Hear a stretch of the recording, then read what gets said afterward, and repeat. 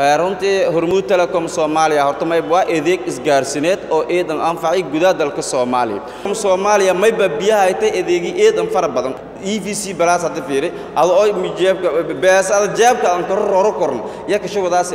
EVC balaas wala ka gadadaas idaaka biiladaas mashaariicda ka dhiibadaas ya iskoolaadka ardayda siisaas dareeras kuwa ka siisaas beewto muqaado meel faasa gal may bajara adeegi oo hormari sida internetyalka